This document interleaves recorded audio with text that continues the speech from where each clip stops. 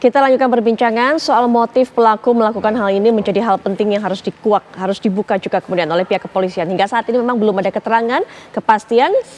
Polisi baru memberikan informasi bahwa ada bisikan-bisikan yang didengarkan oleh pelaku ini sehingga kemudian membuatnya memiliki nyali untuk bisa melakukan tindakan kriminal tersebut. Bu Dian, mungkin dari pertemuan dengan pihak kepolisian juga, apakah mendapatkan informasi terbaru mengenai hal ini? Karena juga saat ini sedang beredar juga Ibu di media sosial ini informasi yang mengabarkan bahwa pelaku ini mendapatkan tekanan dari keluarga termasuk juga mengenai pendidikannya, ada hubungannya dengan sekolahnya, harus mendapatkan nilai-nilai bagus dan sebagainya. Apakah juga mendapatkan keterangan seperti itu pihak KPAI, Ibu? Iya, kami masih belum sedalam itu ya Mbak ya. Kami hanya fokusnya sebenarnya lebih kepada memastikan itu tadi hak-hak dasar anak. Apapun status hukum anak ketika dia masuk proses hukum, hak-haknya harus terpenuhi. Seperti hari ini kami tadi terinfo Dinas Perlindungan Anak DKI bersama Dinas Pendidikan sudah merapat untuk memastikan meskipun anak tersebut berstatus berkonflik dengan hukum, dia tetap bisa melanjutkan pendidikannya.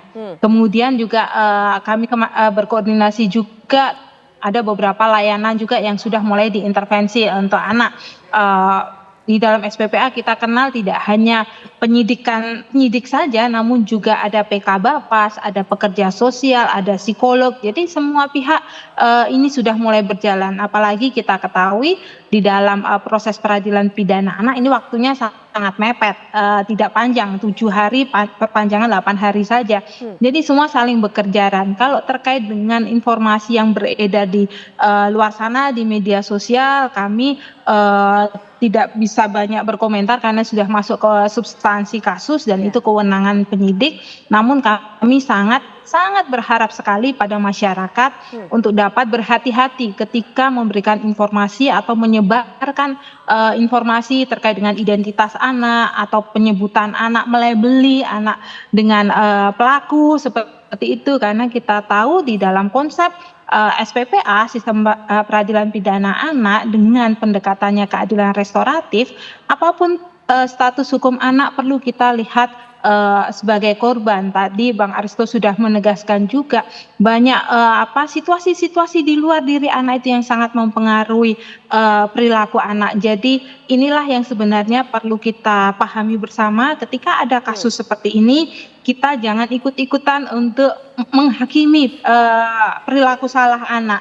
Tapi oke, kita ikuti proses yang sudah berjalan dan kita berusaha mendukung proses itu, termasuk mendukung juga nanti ketika anak sudah masuk ke dalam tahap rehabilitasi atau reintegrasinya. Baik, yang perlu di dalam juga Bang Aristo, yang perlu diketahui lagi bagaimana kondisi mental, bagaimana kondisi kejawaan anak, apa pengaruhnya itu?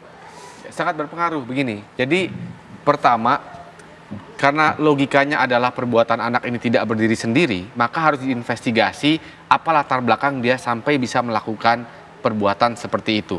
Ya, mungkin ada banyak faktor kan yang mempengaruhi.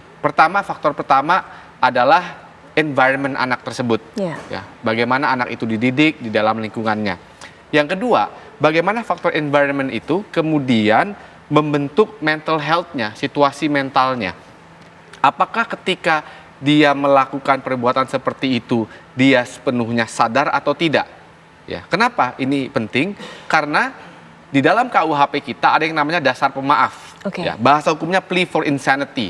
Artinya dia tidak memiliki kejiwaan yang mumpuni, yang kredibel untuk bisa mengatakan bahwa tindakannya itu adalah melanggar hukum. Ya, itu namanya insanity test-nya. Dasar pemaaf karena dia tidak bisa mempertanggungjawabkan perbuatannya karena kejiwaannya. Nah ini penting. Kenapa? Karena kalau ternyata mental health-nya terganggu dan terbukti misalnya dengan laporan dokter ya, diperiksa bahwa dia tidak bisa mempertanggungjawabkan perbuatannya, maka sistem peradilan pidana atau penjara bukan solusinya. Ya, bukan solusinya. Tapi solusinya adalah dia disehatkan dulu karena ini sakit. Itu yang pertama, yang penting. Yang ketiga, tadi bicara soal motif. Nah ini motif juga penting juga. Ya, walaupun mungkin ada yang mengatakan dalam pembunuhan berencana motif tidak penting. Kenapa? Karena misalnya anak ini tertangkap tangan kan.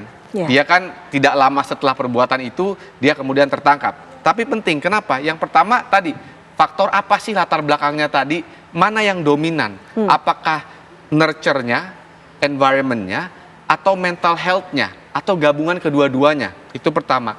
Yang kedua, karena ini kemungkinan kalau ini perkara ini berjalan, itu kan akan di-charge ya atau didakwa dengan pasal pembunuhan atau pembunuhan berencana. Yang hukumannya itu hukuman bisa maksimal kalau untuk orang dewasa dan untuk anak ini hukuman sampai 10 tahun.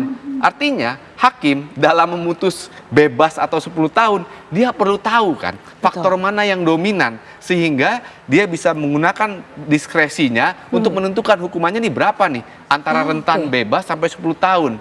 Itu ya menurut saya dua hal itu yang penting. Baik, Mbak jika Putri. kemudian ada pengaruh-pengaruh yang membuat anak ini melakukan hal tersebut, apakah juga bisa, tadi saya bicara mengenai masa pertanggungjawaban, jika kemudian kita ini masih berkembang bebas, masih berkembang luas, kita belum tahu karena polisi belum memberikan informasi motifnya apa. Tapi jika kemudian ada tekanan yang diberikan mungkin dari pihak keluarga dan sebagainya, atau mungkin di sekolah yang mengalami tekanan, adakah pihak-pihak lainnya juga harus bertanggung jawab mengenai hal ini, Bang Risto? Konsep dasarnya ya dalam undang-undang sistem peradilan anak ya, anak itu mempunyai hak kan sebenarnya untuk dididik di dalam environment yang baik untuk tumbuh kembangnya. Itu yang pertama.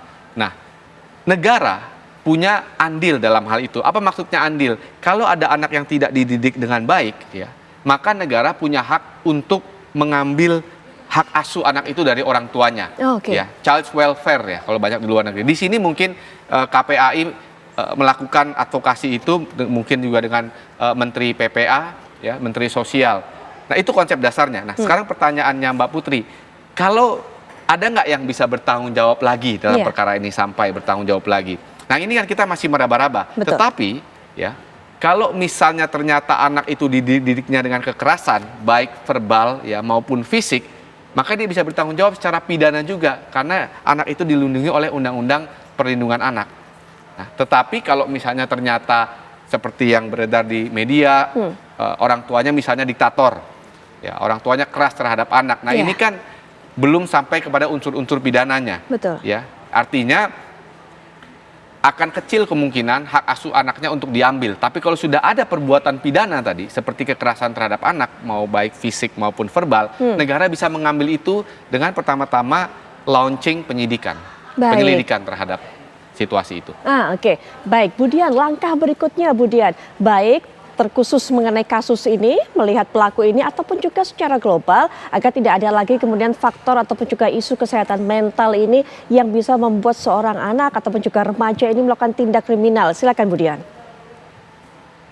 Iya, terkait kesehatan mental remaja ya, ini sebenarnya skupnya agak luas ya, tidak hanya tanggung jawab Kementerian Perlindungan Anak, tapi tanggung jawab banyak pihak. Jadi perspektif atau pemahaman terkait dengan kebutuhan kesehatan mental bagi anak ini sudah menjadi kebutuhan utama ya, karena akan berpengaruh terhadap masa depan anak, pada kualitas kehidupan anak sepanjang hayatnya dia.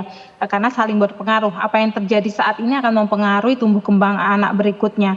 Untuk itu perlu sekali perbaikan kebijakan-kebijakan regulasi yang ada supaya memastikan setiap anak itu bisa tumbuh berkembang tanpa kekerasan, tumbuh berkembang dengan gembira, sehingga mereka terhindar dari praktek-praktek kekerasan atau perilaku-perilaku kekerasan. Angka kekerasan terhadap anak tiap tahun meningkat. Nah ini banyak pihak yang harus memperbaiki atau harus mendukung program ini. Salah satunya di lingkungan sekolah. Sekolah ini adalah lingkungan yang anak cukup lama nih menghabiskan hari-harinya di sana. Untuk itu perlu sekali ada salah satunya memastikan ketersediaan atau kecukupan guru BK yang ada di sekolah supaya bisa mengidentifikasi awal ketika ada perilaku-perilaku anak yang terindikasi ini kok enggak sewajarnya remaja kita ya, ini kok dia lebih murung ya, itu bisa segera direspon, tidak menunggu ada kejadian. Karena kasus-kasus seperti anak mengakhiri hidup kan juga beberapa kali terjadi kan. Betul. Di sekitar kita. Nah ini perlu sekali direspon dengan cepat dan bijak oleh pemerintah supaya ada upaya-upaya untuk pengurangan risiko, menyelamatkan anak kita supaya tidak menjadi berkonflik dengan hukum atau menjadi korban kekerasan. Jadi ini tanggung jawab bersama. Ya, nah terkait juga dengan khususnya mengenai pantauan Komisioner KPAI mengenai kasus ini, bagaimana kemudian Bu Dian? Baik, kami untuk kasus ini kami juga sama masih menunggu proses hukum berikutnya seperti apa. Namun sejauh ini kami melihat pemenuhan hak anak yang berkonflik dengan hukum sudah sangat baik sekali dilakukan oleh aparat penegak hukum. Tinggal kita lihat apakah proses hukum ini nanti bisa cepat sesuai aturan di SPPA. Kemudian tadi Bang Aristo juga sangat bagus sekali menjelaskan terkait tindak pidananya, dinamika kompleksitasnya. Ini perlu juga kita lihat bersama supaya pengungkapan atau proses hukum ini tidak sebatas tidak untuk pendekatannya bukan penjeraan, bukan punitif, tapi mendukung rehabilitasi perubahan perilaku anak. Baik. Jadi pasca proses hukum ini berjalan ada dukungan untuk perubahan perilaku anak menjadi lebih baik. Baik, Ibu Dian, terima kasih selaku Komisioner KPAI sudah memberikan pandangannya termasuk juga menceritakan kepada kami apa kemudian kemarin yang dipantau oleh pihak KPAI. Sekali lagi terima kasih untuk waktunya.